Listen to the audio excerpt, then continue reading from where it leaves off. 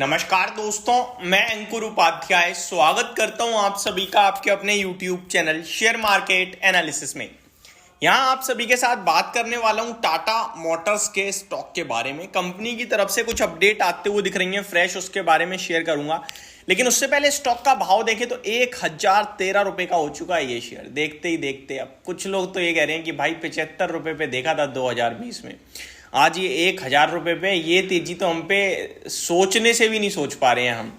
But fact यही है कि ये तेजी नहीं है, ये कंपनी की ग्रोथ है। कंपनी का शेयर तो आज भी 20 के पीई पे है। दो तरीके से शेयर का प्राइस भागता है।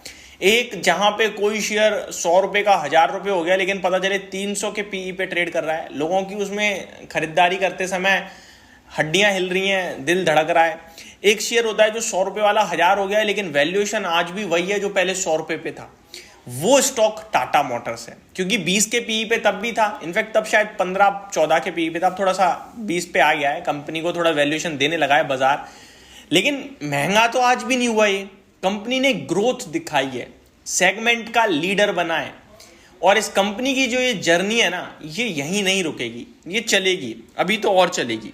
एक ऐड आता है कि अभी तो और चलेगा, अभी तो और चलेगा, इस तरीके से वही वाली कहानी है। अब टाटा मोटर्स ने क्या अपडेट दिए, पहले उसके बारे में बात करते हैं, फिर स्टॉक के प्राइस पे आऊंगा। टाटा मोटर्स की तरफ से JLR की अपडेट आई है चाइना में। तो JLR retail sales in China were down 9% year on year basis and down 2% year on year basis in Europe for Q4।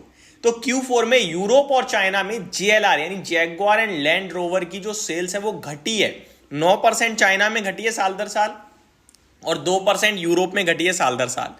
Whole sales for FY24 were 4,01,303 units, up 25% year on year basis. JLR wholesales in Q4 FY24 were 1,10,190 units, up कह रहा हूं, up 16% year on year basis. तो जो wholesales के JLR का data है वो लगभग 25% बढ़कर आया है। और Q4 की बात करूं अगर मैं आप सभी के साथ, तो वहां 16% का जंप देखने को मिला है। पूरे के पूरे FY24 की बात करें तो 25% अप है, और केवल Q4 की बात करें तो 16% अप है। JLR full year sales over 20% year on year basis. JLR retail sales for FY24 were 4,31,733 units, up 22% year on year basis.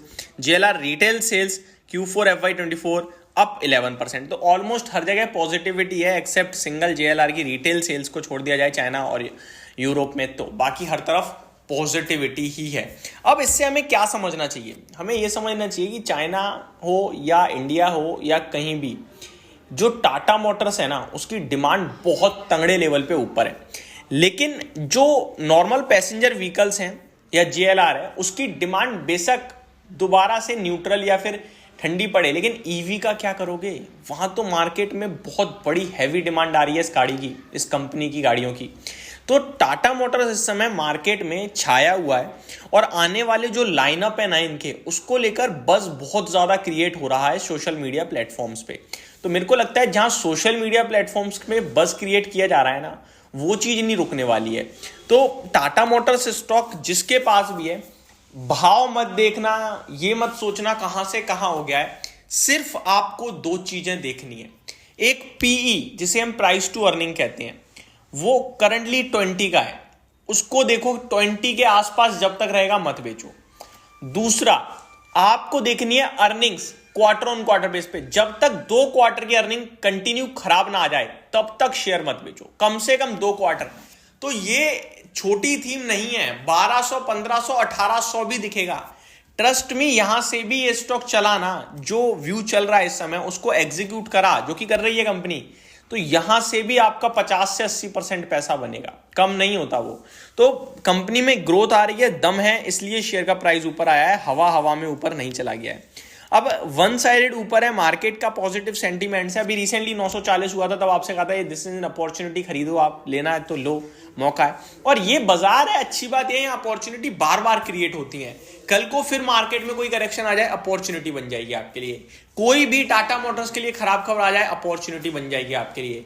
कोई भी दूसरी ऑटो कंपनी कुछ बड़ा लॉन्च कर दे, इसको कंपटीशन देने के लिए ये स्टॉक टूट जाएगा, अपॉर्चुनिटी बन जाएगी आपके लिए।